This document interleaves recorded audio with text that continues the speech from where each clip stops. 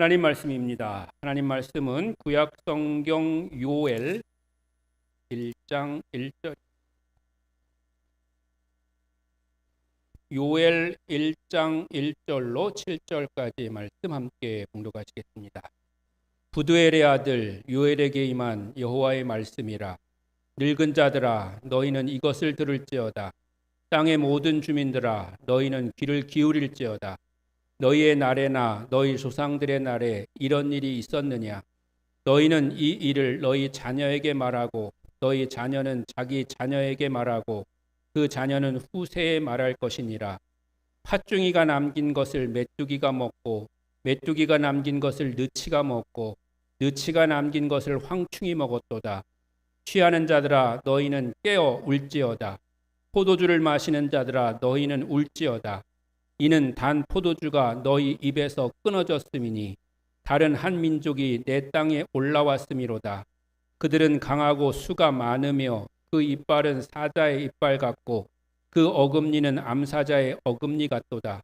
그들이 내 포도나무를 멸하며 내 무화과 나무를 긁어 말갛게 벗겨서 버리니 그 모든 가지가 하얗게 되었도다.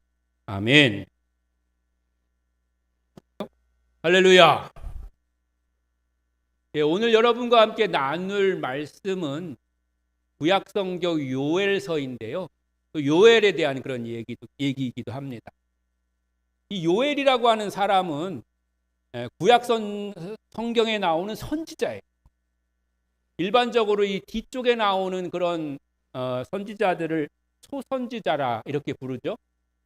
근데 제가 말씀드렸던 것처럼 소선지자라는 거는 뭐 그 사람들이 뭔가 부족해서 소선지자가 아니고 그들이 쓴 이 성경이 짧기 때문에 하나님 말씀인 성경을 짧게 남겼기 때문에 소선지자다 이렇게 이름을 붙인 겁니다. 그런데 이제 오늘 주인공은 요엘이잖아요. 그 요엘의 뜻이 뭐냐면 요엘의 뜻은 여호와는 하나님이시다라는 뜻이에요. 왜냐하면 요는 여호와의 요고요. 엘은 하나님의 엘이에요. 요가 왜 여호와의 요냐면 여호와는 히브리 말로 야훼 또는 예호바 이렇게 부르고요. 또 더 정확하게는 어떻게 부르는지 사실은 모릅니다. 왜냐하면 여호와의 이름, 하나님의 이름인 여호와, 우리가 지금 말하는 여호와라는 그런 명칭을 이스라엘 사람들은 거룩한 이름이라고 그래가지고 부르질 않았어요. 그래가지고 뭐라고 부르는지를 잊어버렸어요. 그럼 여러분 생각할 때 바보야? 그걸 왜 아무리 안 불렀다고 그걸 잊어버려? 히브리어에는 모음이 원래 없어요. 자음만 있어가지고 그거를 그냥 관습적으로 이렇게 발음하는 거예요. 그러니까 오랜 동안 안 부르면 거기에 어떤 모음이 붙어야 되는지를 잊어버린 거예요. 그래서 모르는 거예요. 그래서 학자들이 연구한 결과 야훼 또는 예호바 이렇게 뭐 부른다고 그렇게 연구가 된 거죠. 아무튼 그 여호와가 이제 앞에 붙어가지고 요가 됐고요. 엘은 엘로힘이라고 해가지고 하나님이라는 뜻이거든요. 그래서 요엘 이렇게 붙여가지고 두 글자를 붙여서 이제 이름을 지은 거죠. 그래서 이제 요엘이라는 그런 이름이 생긴 겁니다. 오늘 읽은 1절에 나오는 것처럼 이 요엘은 부두엘의 아들이다 이렇게 소개되어 있거든요. 근데 그 소개 외에는 성경에 요엘이 어떤 사람이라고 하는 거에 대해서 별로 이렇게 기록이 없어요. 뭐 출생지나 아니면 구체적인 활동이나 뭐 활동했던 연대나 시대 이런 것들이 기록되어 있지 않습니다. 그래서 자세한 거는 알기가 어렵고요. 아까 말씀드렸던 것처럼 이 소선지자들은 이 예언서가 짧기 때문에 그냥 하나님의 말씀만 딱 기록했지 거기에 무슨 뭐 시대적인 배경이랄지 아니면 어떤 왕이 있었달지 뭐 이런 게 별로 없기 때문에 이제 그런 거고요. 근데 오늘 요엘서의 내용상 그가 활동한 지역이 유다와 예루살렘이라고 하는 것을 우리가 알고 있습니다. 요엘은 메뚜기 재앙과 가뭄 이런 국가적 위기를 지금 얘기하고 있는데 우리가 읽은 앞구절 1절부터 7절로 이어지는 그 구절들에 농사를 망친 농부들이 애곡하는 것으로 예언이 시작됩니다. 여러분이 읽으셨지만 4절부터 보면 팥중이가 남긴 것은 메뚜기가 먹고 메뚜기가 남긴 것은 느치가 먹고 느치가 남긴 걸 황충이 먹었도다. 한마디로 가루도 안 남겨놓고 다 먹어갔다는 거예요. 그러니까 뭐 하나 뭐 건질 게 없는 거예요, 곡식은. 그만큼 이게 완전히 가뭄이 들고 농사가 완전히 망해버리고. 그런데 그걸 이제 지금 요엘이 얘기하는 건 뭐냐면 그런 자연재해가 단순히 그냥 운이 안 좋아서 아니 환경이 나빠서 그렇게 된 게 아니고 하나님께서 택한 백성들을 깨우치게 하시려고 지금 선포하는 거예요. 이렇게 말씀합니다. 그래서 우리가 우리 주변에 일어나는 일들에 대해서 우리가 분별력을 가지고 잘 사실은 판단할 필요가 있습니다. 때는 어떤 경우에는 정말 자연적인 그리고 어쩔 수 없는 그런 일들이 있을 때도 있어요. 그런 일들이 벌어진다고 해서 너무 어떤 그런 죄책감이나 아니면 어떤 큰 실망이나 이런 거 할 필요가 없어요. 왜냐하면 자연적으로 그런 일어나는 현상도 있기 때문에 그런 거죠. 그런데 또 어떤 경우에는 정말 하나님이 나에게 어떤 깨닫게 하시려고 주시는 그런 경우도 있다는 거예요. 그런 것들을 사실은 예민하게 분별력 있게 잘 분별할 줄 알아요. 어떤 의도가 있지 않고 또 그런 어떤 여러 가지 그런 환경과 상황 속에서 또는 사람과의 관계 속에서 그런 일들이 발생했을 때 우리가 오해인 것은 풀어야 되고 또 잘못된 것은 우리가 고쳐야 되는 것이 분명히 있지만 그리고 때로는 어떤 그런 연관관계나 인과관계가 없이 나타나는 그런 현상도 있지만 그러나 때로는 우리에게 하나님께서 말씀하실 것이 있어서 깨닫게 하실 것이 있어서 우리에게 그런 현상이나 상황들을 보여주시는 경우가 있다는 것이죠. 지금 요엘은 그거에 대해서 지금 말하고 있는 것입니다. 그래서 1장에 보면 어떤 내용이 나오냐면 요엘은 먼저 유다 땅에 닥친 그 엄청난 메뚜기 재앙, 정말 가루도 남김없이 그렇게 다 망해버리는 그런 가뭄을 묘사하고 있는 거죠. 그래서 곡식과 포도주와 기름이 다 끊겨버리고 들판과 과수원은 황폐해지고 하나님께 드리는 제사도 드릴 수 없을 만큼 그렇게 큰 재난이 이스라엘 백성들에게 닥친 겁니다. 그런데 이 재앙이 단순한 사건이 아니라 장차 그들에게 임할 하나님의 날, 여호와의 날을 보여주는 경고라고 하는 것을 요엘은 지금 말하려고 하는 것입니다. 그래서 이어지는 2장에 보면 요엘은 재앙을 넘어서서 더 큰 심판의 날이 올 것이다. 그리고 그 심판을 겪을 때에 하나님을 기억해라. 하나님께 진심으로 돌아오라고 그렇게 외치고 있는 것입니다. 그래서 특별히 2장 13절에 보면 너희는 옷을 찢지 말고 마음을 찢고 너희 하나님 여호와께로 돌아올지어다 라고 선포하면서 회개를 촉구하고 있습니다.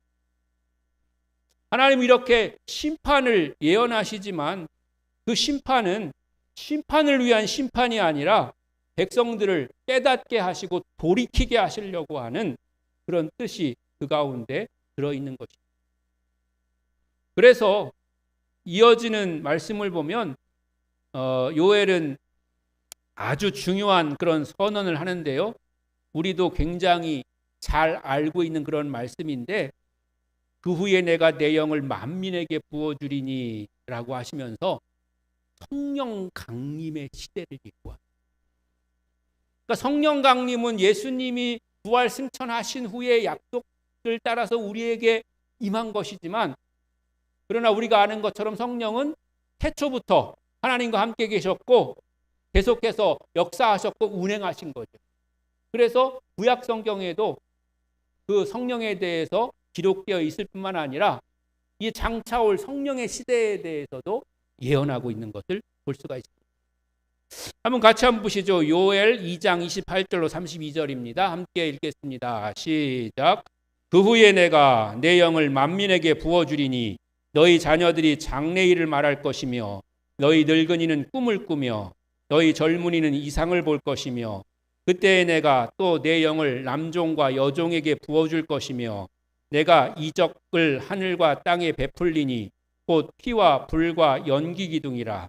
여호와의 크고 두려운 날이 이르기 전에 해가 어두워지고 달이 핏빛같이 변하려니와 누구든지 여호와의 이름을 부르는 자는 구원을 얻으리니 이는 나 여호와의 말대로 시온산과 예루살렘에서 피할 자가 있을 것이미요 남은 자 중에 나 여호와의 부름을 받을 자가 있을 것임이니라. 아멘.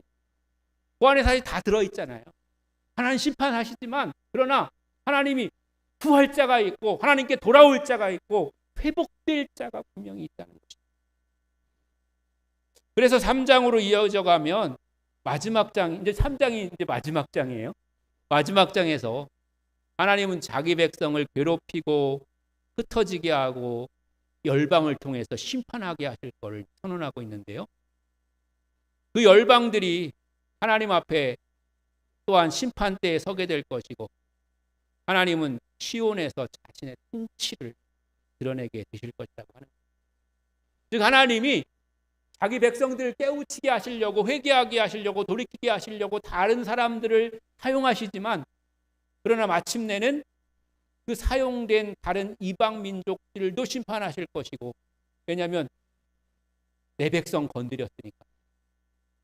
뭐 그 이방 나라 사람들은 조금 억울할 수 있지만 하나님은 당신의 택한 백성들을 사랑하시고 또 그 이유 억울하지 않는 이유는 뭐냐면 이방 민족들이 이제 이스라엘 백성들을 이제 깨닫게 하려고 이렇게 공격하게 하잖아요. 그럼 하나님이 시킨 것만 해야 되는데 우리가 어떻게 하게 돼요? 하다 보면 오버하잖아요. 오버. 자신에게 맡겨주지 않은 그런 힘과 권력을 사용하게 되고 또 더 한 대 때릴 거를 두 대 때리고 세 대 때리고 그렇기 때문에 그것에 대해 하나님은 분명히 책임을 묻고 심판을 묻고 그렇게 말씀하고 계시는 겁니다. 그런 내용들이 요엘에 기록되어 있는 거예요. 그래서 우리가 이 요엘서 짧은 성경을 통해서 얻을 수 있는 교훈은 재앙과 위기가 우리에게 오는 것은 자신을 돌아보게 하는 기회라는 것입니다. 그리고 더 나아가서 우리가 하나님 앞에 나아갈 때 형식보다는 중심을 보시고 마음의 회개를 하나님은 더 원하신다는 것입니다. 요엘의 핵심 메시지는 겉모양이 아니라 마음의 회개입니다. 신앙생활은 외적인 행위로만 충분하지 않습니다. 하나님은 찢어진 옷보다 찢어진 마음, 습관적 예배보다 진실한 그런 예배를 원하시는 줄로 믿습니다. 그렇다고 해서 형식이나 겉으로 드러나는 것이 필요 없다는 게 아닙니다. 이게 또 오해가 되는 경우가 있더라고요. 하나님 중심을 보신다니까 중심이 있으니까 나는 어디 있어도 상관없다 이렇게 생각할 수가 있는데 어떻게 해도 난 마음의 중심이 있으니까 괜찮다 이렇게 생각할 수가 있는데 그렇게 우리를 그냥 우리 마음대로 하라고 중심을 보신다고 하는 게 아니고 정말 그럴 수밖에 없는 상황 속에서도 마음을 다해야 되고 더 중요한 거는 우리가 형식을 갖출 때에도 마음이 거기에 충분히 들어있어야 된다. 왜냐하면 우리는 형식을 갖췄기 때문에 다른 사람이 그걸 다 인정하기 때문에 때로는 우리의 마음이 흐트러질 수도 있고 또 우리의 마음이 그 안에 충분히 들어있지 않을 수가 있거든요. 그래서 당연히 이 세상에서 육신의 몸으로 살아가는 우리에게 마음과 내용을 담을 그릇이 형식이 당연히 필요합니다. 형식은 다 무시하고 마음만 있다 이렇게 주장해서는 안 되고 마음이 있으면 형식도 우리가 준비되고 갖추어져야 된다고 하는 것입니다. 형식과 함께 더불어서 하나님께 나아가는 그런 마음의 중심이 있어야 된다고 말씀하고 계십니다. 이렇게 하나님은 심판 중에도 진노 중에도 사랑을 하나님께서 가지고 그의 택한 백성들, 그의 자녀들에게 회복의 길을 열어주시게 되는 줄로 믿습니다. 이런 모든 것을 볼 때 역사의 주관자이신 하나님은 성령의 역사로 구원을 완성해 나가시게 되는 것입니다. 사랑하는 성도 여러분, 여러분에게 성령이 있으면 아까 우리가 찬송 부를 때에 이렇게 저렇게 간단하게 멘트를 드린 것처럼 우리는 하나님의 뜻을 따라서 무엇이든지 할 수 있고 그것을 하기에 충분한 능력이 우리에게 부어지는 줄로 믿습니다. 여러분, 군대에서 대장, 별 닿는 거는요 보통 그런 큰 권력이 아닌 거예요.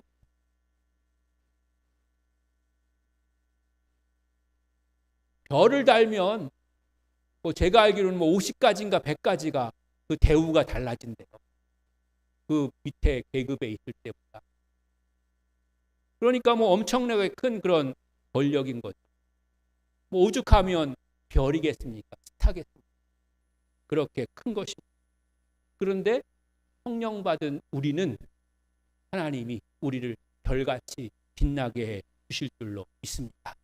여러분, 우리에게 주신 그런 성령의 은혜와 능력 안에서 권능을 받으시고 그 권능의 역사로 말미암아 이 세상을 이기는 그런 성도가 되시기를 바랍니다. 하나님 우리를 통치하시고 우리와 함께 하시며 우리를 은혜 가운데 살아가도록 우리를 도와주실 줄로 믿습니다. 성령의 은혜와 능력을 받고 살아가는 여러분 모두 되시기를 주님의 이름 다시 한번 간절히 축원합니다.